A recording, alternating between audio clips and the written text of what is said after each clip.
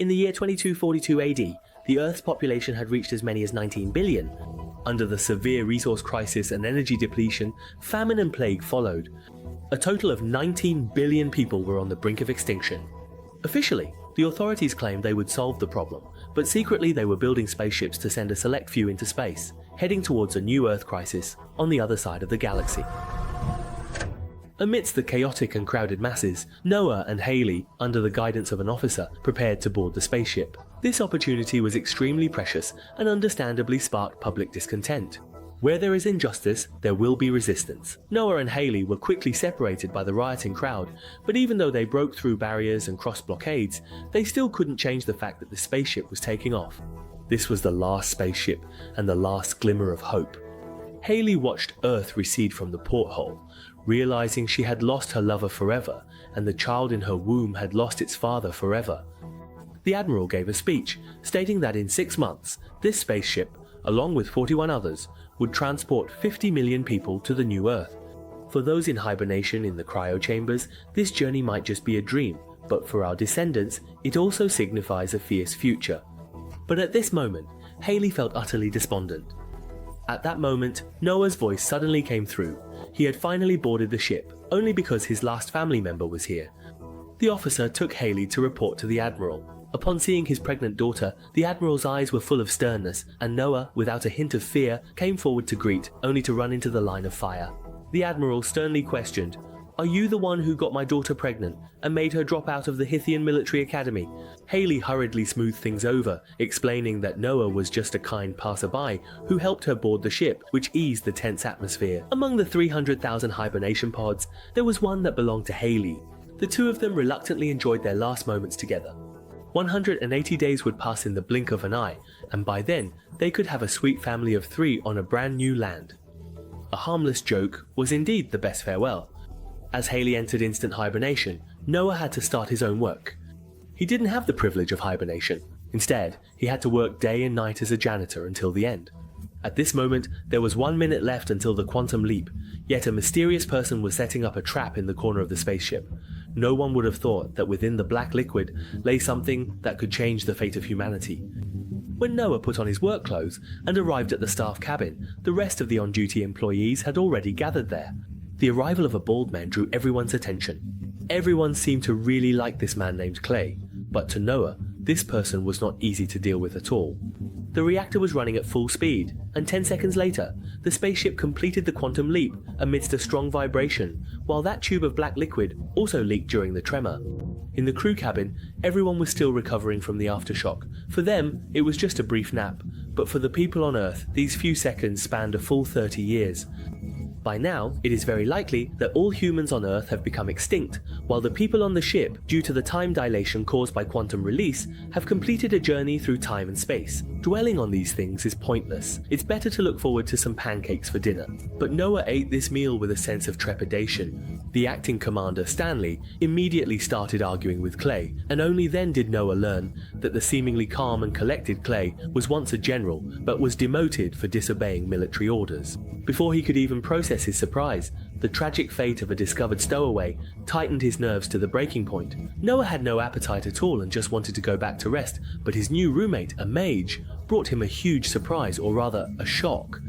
The other person had no intention of getting along well. It goes without saying that Noah's journey was going to be extremely torturous. Days passed by, and Noah did nothing but work every day. As for his partner Clay, even if Noah had the courage, he wouldn't dare to defy him in the slightest. Clay seemed to be on vacation, while Noah could only sneak to Haley's hibernation pod to express his longing whenever he had a moment free from handling both their workloads. But the persistent Clay even monitored Noah's every move through holographic projection. Fortunately, no matter how difficult the days were, there was always something to look forward to. In 86 days, they would reach their dream destination. But on this day, Noah noticed something unusual. Clay was suspiciously carrying fuel around. Moreover, someone seemed to be attempting to infiltrate the spaceship's nuclear power chamber. That was a place only generals had the authority to enter. Stanley's investigation yielded no results, so he could only advise Noah to remain vigilant, hinting that he should report immediately if he noticed any unusual behavior from Clay. Little did they know, Clay had overheard everything from the shadows, but he didn't care. Instead, he taught him how to use abrasive corrosion to clean grime. Unbeknownst to them, in a neglected corner, a mutation was already unfolding. A crew member returned to the lounge and accidentally knocked over a bottle of beer, into which a parasitic creature quickly burrowed and was subsequently swallowed by him. Meanwhile, Noah also found the corrosive cleaner, and to his surprise, the carelessly tilted bottle instantly burned a large hole in the stainless steel tabletop. It turns out that it should only be used with water. The crew member, engrossed in his work, suddenly felt unbearable stomach pain. His partner Bruce quickly handed him a glass of water, and after drinking it, he indeed felt somewhat better. But before the two could breathe a sigh of relief, the crew member suddenly exploded, bursting into a mass of thick blood, and the creature inside his stomach now had a new parasitic target. Noah, having finally finished cleaning the floor, went to report to Clay, only to find him in the armory, mixing something with corrosive cleaning agents. A holographic projection suddenly appeared behind him, scaring Noah into running away. He turned a corner and ran into Security Officer Dick, urgently reporting that Clay was making a bomb using aircraft fuel and cleaning agents. Unexpectedly, they were all in on it together. Even the medical team had joined in on the plan. The doctor picked up a cup of liquid and poured it into Noah's mouth, while everyone looked at the embarrassed Noah with teasing smiles. It turned out that Clay was making homemade liquor, which was his exclusive secret recipe. At this point, they might as well drink until they were satisfied. A party thus began. As the drinking reached its peak, a nurse got up to find her lover, Bruce, for some intimacy. But what she didn't know was that this intimacy would lead to such a headache that would cost her life forever.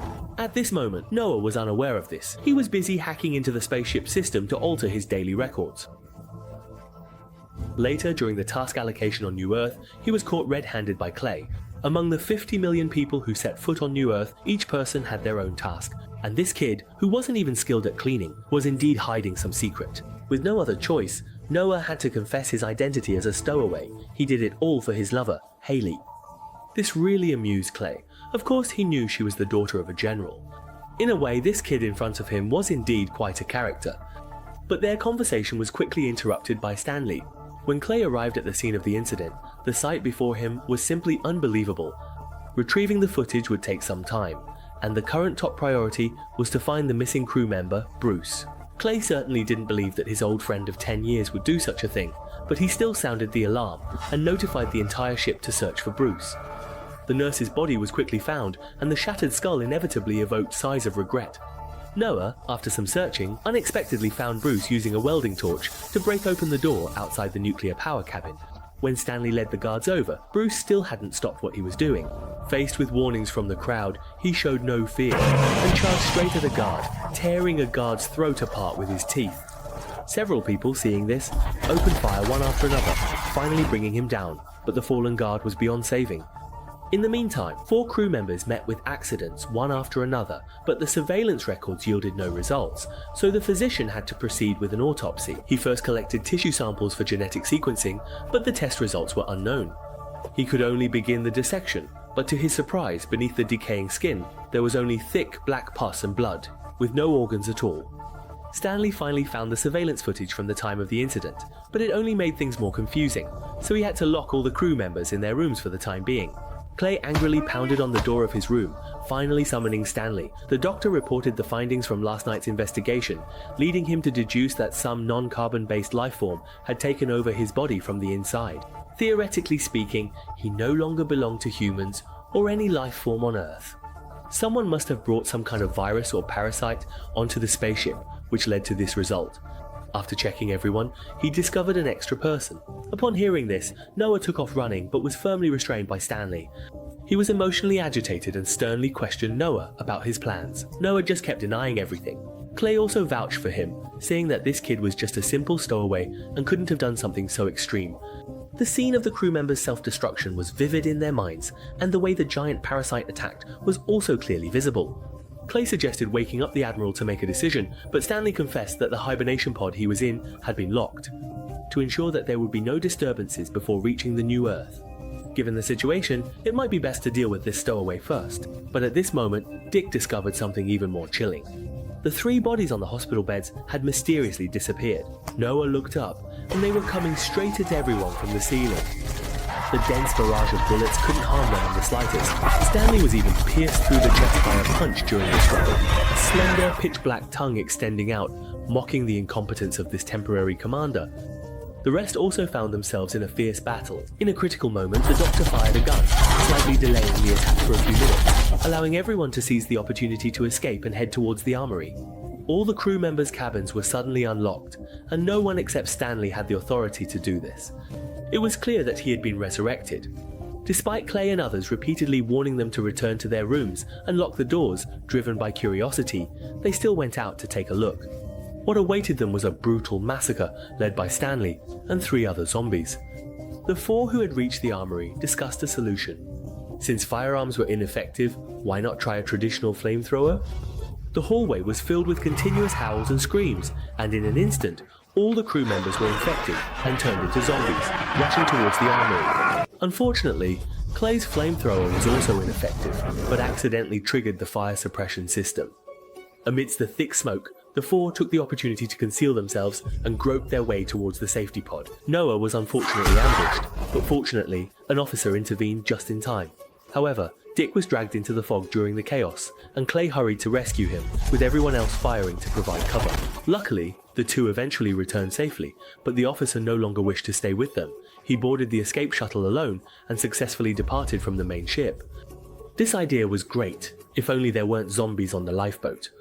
Meanwhile, Clay and his group of 4 also successfully reached the outside of the safe cabin, but the persistent Stanley had no intention of letting Clay open the door as he wished. Fortunately, at the critical moment, Noah arrived to save the day, shooting Stanley away with 1 shot. At this time, there were still 84 days until reaching the new Earth, but among the crew, apart from 4 people, there were no survivors left. Currently they had no one to save, no way to retreat, and not even a method to deal with their situation.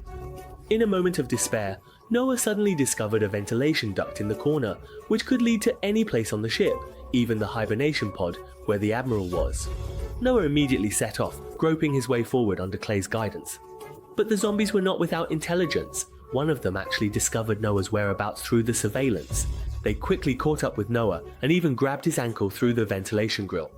Fortunately, he eventually managed to break free and after groping his way, actually arrived at the Admiral's hibernation chamber. There was no time to crack the complex program on the screen. A crowbar was more practical. Who knows how there could be a crowbar in such a place, or how a tightly sealed hibernation pod could be opened with a crowbar, but the Admiral was lucky enough to wake up. Unfortunately, he seemed to be a bit grumpy upon waking, and the safety pod was not very secure either. With more and more zombies outside, the sealed door was in a precarious state. Under immense pressure, Dick finally chose to confess. He was the one who brought the parasite onto the spaceship.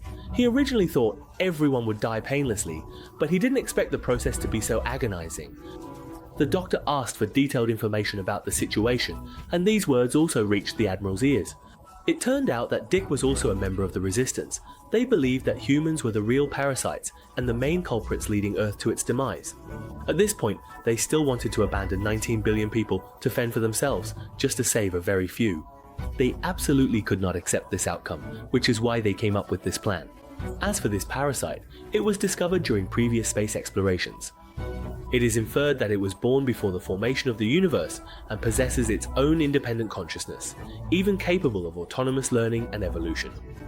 Now, it is split into 3 groups, focusing not only on the safety cabin, but also on the nuclear power cabin and the fuel depot. Having heard all this, the Admiral already had a plan in mind. He immediately awakened all the dormant combat personnel, and preparations began straight away. All fear stems from insufficient firepower. It's time to show these zombies the pinnacle of human technology. Of course, the Admiral did not forget about his daughter. Noah was always aware of the situation over there, and quickly informed her not to worry. The Admiral was no fool. He immediately guessed that this young man was the father of the baby, and raised his gun to send him to meet his maker. Thanks to Clay's timely appearance via holographic projection to persuade him, Noah avoided being shot in the head. Words are useless, the battle preparations are complete. As the highest combat force on this ship, this special unit is sworn to save the safety of everyone on board. When the Admiral faced the zombies directly, he truly felt their oppressive presence.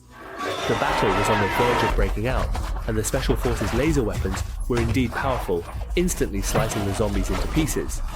But they also learned and adapted, leaping high over the dense barrage to attempt an attack from above. Meanwhile, the door to the safe chamber was breached, leaving Clay and the Doctor to fend off the attackers with their bare hands. Tick, in his struggle, also faced the consequences of his actions. Noah, who was watching from the sidelines, was also in a tough spot, as he was relentlessly entangled by Brew, who had bypassed the troops. The battle had escalated into close quarters combat, leaving the special forces with no time to attend to anything else. With no other option, Noah could only flee to the warehouse, but he was still pinned to the ground by Brew. In his struggle, Noah reached for a bottle of corrosive cleaner and unhesitatingly splashed it on Brew's face. Clay was right, this stuff really could burn through a person's face. Seeing Brew reduced to a pool of black blood, Noah hurried to report this latest discovery to the general. Unfortunately, it was already too late. The entire Special Forces unit had perished, leaving only the general struggling to hold on. Before Noah could speak, he detonated the bomb in his hand. In his final moments, he didn't forget to ask Noah to take care of his girl. When Noah awoke in the aftermath, everyone before him had been reduced to fragments. Clay and the doctor took advantage of the chaos to break through the encirclement, but they didn't expect that those fragments were still slowly wriggling, showing signs of reassembling.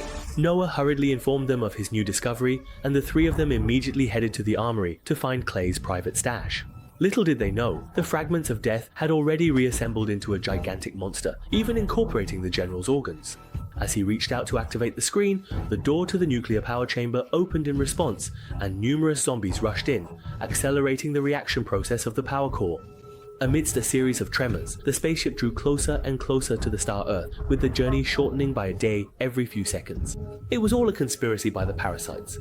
From controlling Bruce to cut open the hatch, to creating chaos and luring out the general, their goal has always been singular: the new Earth. At this moment, the only ones who can stop this plan are Clay and the other two. He picked up the flamethrower filled with homemade liquor and gave the zombies a good drink. Noah's suggestion indeed worked, but there were just too many zombies outside the reactor. As the monsters saw the number of crew members dwindling, they even extended their claws towards the passengers in hibernation. Clay could only cover Noah as he went to find Haley. When Haley woke up, the spaceship was already in complete chaos. As soon as the four of them reunited, they encountered the monster that had completed its fusion and reorganization. This attack claimed the life of the doctor, and even the flamethrower couldn't deal with it in a short time. Clay fell to the ground during the counterattack, his life or death unknown. In this critical moment, Haley could only pull Noah to escape. At this time, the spaceship was only 15 days away from the new Earth. Haley, truly deserving of being a West Point student, encountered attacking zombies during their escape, and swiftly dealt with them with a few punches and kicks. Clay reached the escape pod door, but Noah insisted on going separately to activate the launch pad. However, the monster had no intention of letting him get away, so Noah had to trigger the fire sprinklers, using the mist to conceal himself and successfully activate the launch device. Facing the monster blocking his path, he had no choice but to muster all his strength, ultimately turning it into smoke. But unexpectedly, a humanoid creature emerged reborn from the smoke. Noah hurried back to the escape pod, only to find Clay's projection still haunting him persistently. The ship's speed was already unstoppable, so he had no choice but to change the course. A farewell, also a final goodbye. Upon seeing Stanley again, Clay remained as calm and composed as ever. As the nuclear reactor went into overload, the entire spaceship was obliterated in the universe, turning into dust. At this moment, the family of three was already on the landing trajectory towards New Earth, where the view was filled with blue mist, and two suns hung in the sky. The first person the couple encountered here was a little girl who was also a zombie. In the distant horizon, an enormous monster was battling with fighter jets. They thought they had arrived at a safe haven, but it turned out to be another stormy sea. But it doesn't matter. For the sake of his wife and child, Noah will fight to burn everything down. End of the film. Cosmic Crisis is a sci-fi thriller released in 2020, and who would have thought Bruce Willis would one day play a supporting role? Having given up close combat, his performance in dramatic roles has its own unique charm. In terms of setting, Asa noticed the shadows of many films, but the special effects and visuals still don't feel outdated today. Asa boldly speculates that the monster on the new Earth was brought there by the officer who previously crashed in the escape pod. What thoughts do you have after watching this film? Feel free to leave a comment and join the discussion.